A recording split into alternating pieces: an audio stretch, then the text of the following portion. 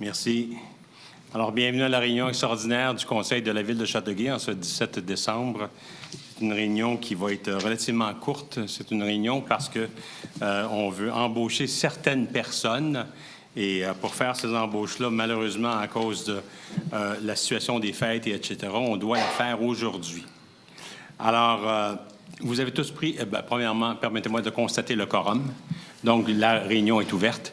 Vous avez tous pris connaissance de l'ordre du jour. Étant donné que nous ne sommes pas complets, on ne peut apporter aucune modification à l'ordre du jour. Ceci étant, je vais passer tout de suite au premier point à l'ordre du jour. L'adoption. Quelqu'un peut proposer l'adoption de l'ordre du jour? Alors. M. Allard? Et appuyé par M. Lebong. 2.1. Prolongation du contrat de travail de M. Jean-Pierre Roy au poste contractuel de directeur de l'aménagement du territoire jusqu'au 26 janvier 2021. M. Roy est un employé de la Ville de Châteauguay à titre de contractuel depuis déjà près d'une année. M. Roy avait été embauché afin de pouvoir encadrer le développement de l'un de nos... l'un des membres de notre département d'aménagement du territoire. Malheureusement, cette personne-là a quitté la Ville de Châteauguay. Alors, M. Roy est donc resté à notre emploi, mais il a toujours été considéré comme étant quelqu'un qui était justement avec un mandat d'entraîner quelqu'un d'autre. M. Roy est un avocat, ce n'est pas un urbaniste. Alors là, étant donné que son contrat venait à échéance demain, je crois, on a décidé, vous allez voir un peu plus loin, d'embaucher une autre personne qui va être une urbaniste pour s'occuper de la direction de l'aménagement du territoire.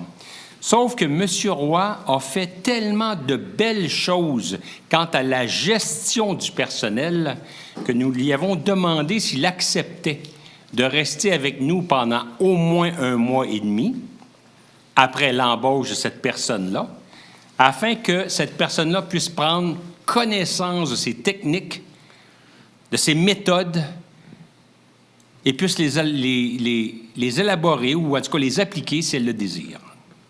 Alors donc, c'est la prolongation du contrat de M. Roy. Quelqu'un veut le proposer? Juste avant la proposition, c'est parce que vous avez dit le 26 janvier. Oui, c'est 26 février. Le 26 février. C'est proposé par? Hainaut.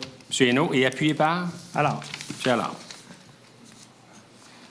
2.2. Embauche de Mme Julie Larose au poste permanent de directrice de l'aménagement du territoire. Alors, c'est exactement dans le sens de ce que je viens de dire. Mme Larose, nous proposons ce soir de l'embaucher à titre de directrice de ce département-là. Mme Larose est une urbaniste. C'est une personne qui est venue au monde à Châteauguay, qui a déjà eu l'occasion de travailler à Châteauguay et connaît très bien la ville de Châteauguay. Proposé par? Hainaut. M. Hainaut et appuyé par? Alors, Dites-moi, M. Allard, vous aimeriez voir votre nom là ou M. Lebong? Ça me dérange pas du tout. ça ne me dérange pas. En autant que le sien soit là. J'ai mis M. Lebon. Merci beaucoup. Alors, vous prenez lequel? M. Lebon. M. Hainaut et M. Lebon. 2.3. OK. Embauche de Mme Caroline Larocque au poste de permanent conseillère en ressources humaines à la direction des ressources humaines. Alors, M.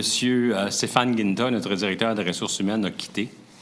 Nous avons nommé Mme Caroline Dumouchel à son poste. Mme Dumouchel était une employée chez nous qui était justement une conseillère en ressources humaines. Alors maintenant, il faut remplacer Mme Dumouchel. Proposé par? Doyle. M. Doyle et appuyé par? Hainaut. M. Hainaut. 2.4. Abolition d'un poste permanent de peintre et création d'un poste permanent d'ouvrier d'aqueduc et d'égout à la direction des travaux publics de l'hygiène du milieu. Alors, nous avions un peintre, quelqu'un qui était attribué, en tout cas avec le rôle de peintre, qui a pris sa retraite. Parce qu'il a pris sa retraite, ce qu'on nous propose, c'est de modifier l'organisation interne au niveau des travaux publics et de l'hygiène du milieu pour faire en sorte qu'on ne puisse pas embaucher quelqu'un d'autre avec un poste de peintre parce qu'il y a quand même beaucoup de gens des travaux publics qui font office de peintre et qui peinturent des choses. Donc, on n'a pas besoin d'un peintre permanent. Alors, tout ce qu'on va faire, c'est qu'on va abolir ce poste-là afin de créer un poste d'ouvrier d'aqueduc et d'égout, ce qui est nécessaire. Donc, il n'y a pas de nouveau poste de créer. C'est tout simplement le changement latéral de l'un à l'autre. Proposé par? Gendron. Et appuyé par? Alors, 2.5. Demande au ministère des Affaires municipales et de l'Habitation afin d'obtenir une dérogation aux normes habituelles de financement par règlement d'emprunt. Ça, je vais vous expliquer ça un petit peu plus en détail. Nous avons convenu avec le centre scolaire des Grandes Seigneuries d'utiliser une partie du gymnase à titre de refuge. Nous avons aussi convenu avec eux de l'élargissement de la plateforme qu'on appelle auditorium afin que nous puissions nous en servir pour recevoir des spectacles avec un nombre plus grand de personnes que ce que nous avons actuellement. Ces conventions-là que nous avons signées impliquent que nous devons payer des frais. Ça va être en entour de 6 à 7 millions. Puisque ces frais-là doivent être payés sur des infrastructures qui ne nous appartiennent pas, les règles du ministère des Affaires municipales font en sorte qu'on ne puisse pas emprunter sur des terrains, sur des choses qui ne nous appartiennent pas. Et nous ne sommes pas en mesure d'accorder aujourd'hui un mandat de payer ça immédiatement.